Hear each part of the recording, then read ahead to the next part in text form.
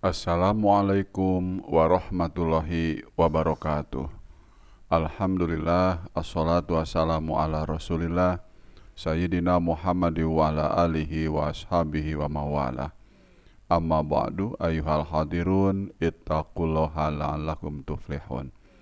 Pada kesempatan ini marilah kita bahas bersama tentang sejarah kawin colong. Baik teman-teman mahasiswa, para santri dan saudara-saudaraku, secara etimologi kata colong teradopsi dari bahasa Jawa yang berarti mencuri atau maling. Demikian menurut Dr. Purwadi M. Hum dalam Kamus Jawa Indonesia, Indonesia Jawa cetakan 1, Yogyakarta Bina Media 2006 halaman 51. Sedangkan secara terminologi, mengutip dari Kamus Besar Bahasa Indonesia bahwa yang dimaksud dengan mencuri adalah suatu perbuatan mengambil sesuatu, barang ataupun benda tanpa izin yang empunya, yang biasanya dilakukan secara sembunyi-sembunyi. Demikian dalam Departemen Pendidikan dan Kebudayaan, Kamus Besar Bahasa Indonesia cetakan 2, Jakarta, Balai Pustaka 1989 halaman 177. Sedangkan colong dalam konteks perkawinan bukanlah mencuri sebagaimana masyarakat tahu, di mana mereka mempunyai doktrin yang kuat bahwa segala macam tindakan mencuri itu sangat tercela. Akan tetapi yang dimaksud dengan mencuri di sini adalah suatu perbuatan yang seorang laki-laki mencuri atau melarikan seorang perempuan untuk dijadikan istrinya tanpa sepengetahuan orang tua pihak perempuan.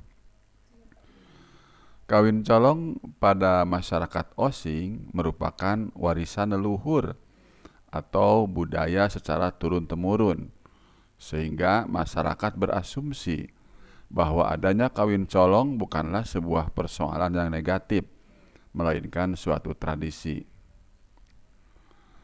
Demikian, tradisi merupakan proses situasi kemasyarakatan yang di dalamnya unsur-unsur dan warisan kebudayaan dan dipindahkan dari generasi ke generasi.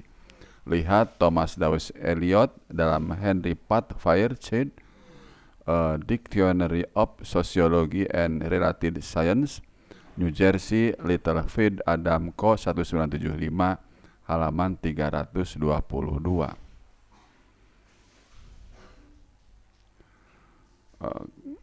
Kemudian teman-teman, yang perlu mendapatkan apresiasi terhadap eksistensinya, seseorang yang berusaha mengaburkan adat tradisi yang sudah melekat pada masyarakat akan mendapatkan tantangan.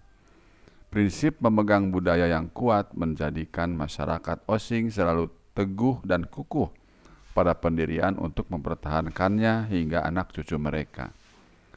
Setiap budaya dan adat istiadat atau tradisi tidak terlepas dari sejarah munculnya di masyarakat, tak terkecuali dengan kawin colong pada masyarakat Osing.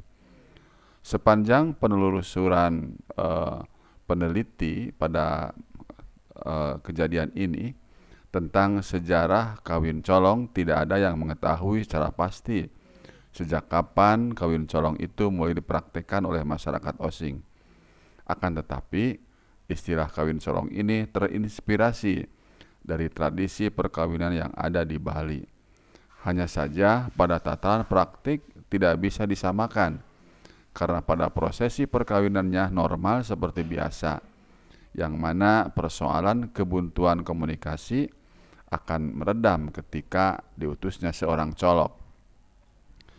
Akan tetapi, masyarakat Osing mempunyai cerita menarik tentang asal-usul pengimplementasian kawin colong. Diceritakan dahulu ada seorang yang bernama Darmono. Dia memiliki seorang anak perempuan bungsu yang bernama Darwani dan perguruan silat. Pada waktu yang bersamaan, ada warga lain bernama Bu Rehana.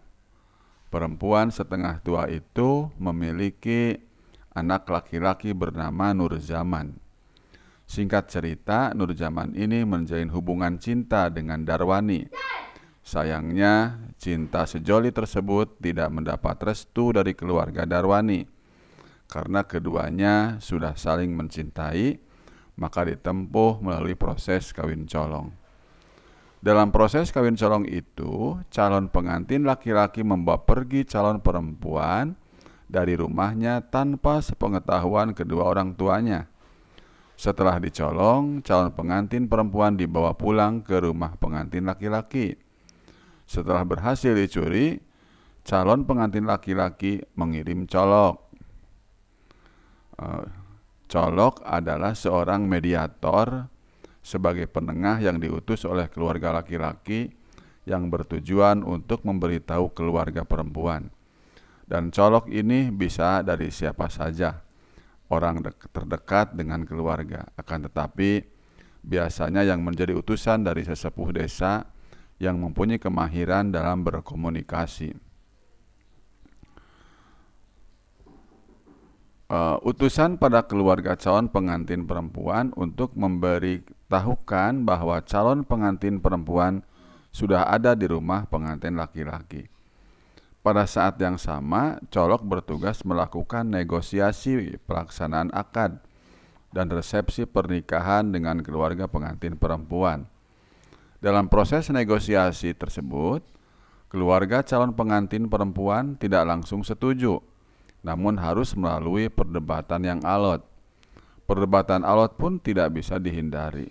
Bahkan dua keluarga ini sempat terjadi kontak fisik, walau pada akhirnya mau melaksanakan akad nikah dan resepsi pernikahan.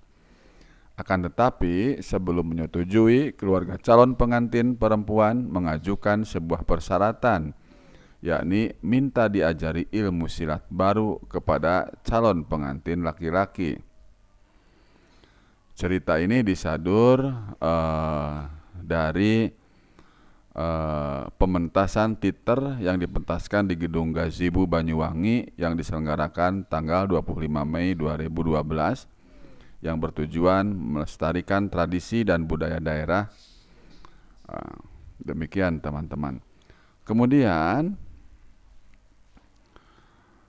penjelasan tentang sejarah kawin colong tersebut hanya dari mulut ke mulut. Oleh karenanya